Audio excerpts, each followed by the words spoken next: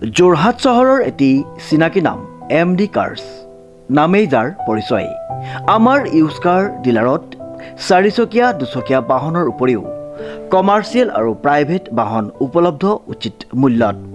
আমাৰ শ্ব'ৰুমত গাড়ী এক্সচেঞ্জৰ সুবিধাৰ লগতে ইঞ্চুৰেঞ্চ, পলিউশ্যন আদিৰো সুবিধা গ্ৰহণ কৰিব পাৰিব। নমস্কাৰ, মই যোৰহাটৰ MD কাৰ্ছৰ স্বত্বাধিকাৰ হয়। আমাৰ ইয়াত সকলোখিনি গাড়ী পাব, কমাৰ্চিয়েলৰ পৰা ধৰি প্ৰাইভেট ভেহিকললৈকে পাব। আমাৰ ইয়াত ফাইনেন্সৰো সুবিধা পাব আৰু এক্সচেঞ্জো হয় আমাৰ ইয়াত। আমাৰ প্ৰত্যেকখন গাড়ীৰে ডকুমেণ্টছৰ যিখিনি চাৰ্জ হ'ব সেইখিনি আমি ফ্ৰী কৰি দিওঁ আৰু ইঞ্চুৰেঞ্চ, পলিউশ্যন সকলোখিনিয়ে আমি আমাৰ ফালৰ পৰা পাব। আপোনালোকে কোনো ডকুমেণ্টছ চাৰ্জ একো দিবও নালাগে। আৰু আগন্তুক নতুন বছৰ বহুতখিনি সুবিধা আছে, অফাৰো আছে। আমি সেইখিনিও আপোনালোকক অফাৰখিনি দিম। আৰু আমাৰ এড্ৰেছটো হৈ গ'ল যোৰহাটৰ সদৰ তিনিআলি নিয়েৰ টুকুলাই, MD কাৰ্ছ। Contact number 9101587204। আৰু এটা আমাৰ ডিলাৰ আছে গোলাঘাটৰ টাউনতে, MD কাৰ্ছ। আপোনালোক তালৈও যাব পাৰে, তাতো ভাল গাড়ী পাব। আপোনাৰ মন পচন্দৰ গাড়ীখন ক্ৰয় কৰিব পাৰিব। Contact number 9101587204। ধন্যবাদ। প্ৰিয় গ্ৰাহকসকলে উচিত মানদণ্ড আৰু উচিত মূল্যত আমাৰ শ্ব'ৰুমৰ পৰা সপোনৰ গাড়ীখন নিশ্চিন্ত মনে ক্ৰয় কৰিব পাৰিব। গতিকে আজিয়ে আহক আমাৰ শ্ব'ৰুম MD কাৰ্ছলৈ আৰু লৈ যাওক আপোনাৰ মৰমৰ গাড়ীখন। ইংৰাজী নৱবৰ্ষৰ উপলক্ষে আমাৰ শ্ব'ৰুমত বিভিন্ন অফাৰ আগবঢ়োৱা হৈছে। আমাৰ ঠিকনা MD কাৰ্ছ, সদৰ তিনিআলি, যোৰহাট নিয়েৰ টুকুলাই। আমাৰ যোগাযোগ নম্বৰটো হৈছে 9101587204।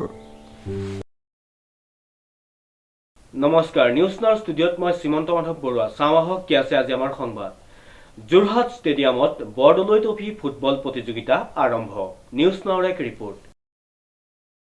যোৰহাট ষ্টেডিয়ামত বৰদলৈ ট্ৰফী ফুটবল প্ৰতিযোগিতা আৰম্ভ। উল্লেখযোগ্য যে সমগ্ৰ অসমৰ ৩৬টা স্থানত অনুষ্ঠিত হৈছে এই প্ৰতিযোগিতা। সহযোগত অসমৰ প্ৰত্যেকখন জিলা ক্ৰীড়া সন্থাৰ সহযোগত এইবাৰ বৰদলৈ ট্ৰফী প্ৰত্যেক জিলাই অনুষ্ঠিত কৰি প্ৰাৰম্ভিক ৰাউণ্ড প্ৰত্যেক জিলাই অনুষ্ঠিত কৰাৰ সিদ্ধান্ত গ্ৰহণ কৰিছে। আমি যোৰহাটতো আজি উদ্বোধনী খেল আৰম্ভ কৰিছোঁ।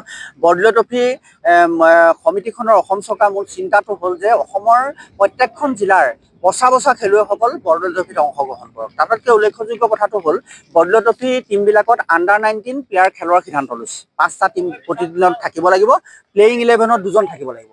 সেই আণ্ডাৰ-19 প্লেয়াৰসমূহ চিলেকশ্যন কৰি অসমত এটা আণ্ডাৰ-19 টীম বনাই অসম চৰকাৰে সেইটো এমাহৰ এক্সপ'জাৰটোৰ স্তৰত স্পেইনলৈ পঠোৱাৰ সিদ্ধান্ত গ্ৰহণ কৰিছে। সেইকাৰণে আমিও যোৰহাট জিলা ক্ৰীড়া সন্থাৰ সহযোগিতা আগবঢ়াইছোঁ। 70 সংখ্যক বৰদলৈ ট্ৰফী যোৰহাটত আজি আমি আৰম্ভ কৰিছোঁ। এই দল কেইটা আছে?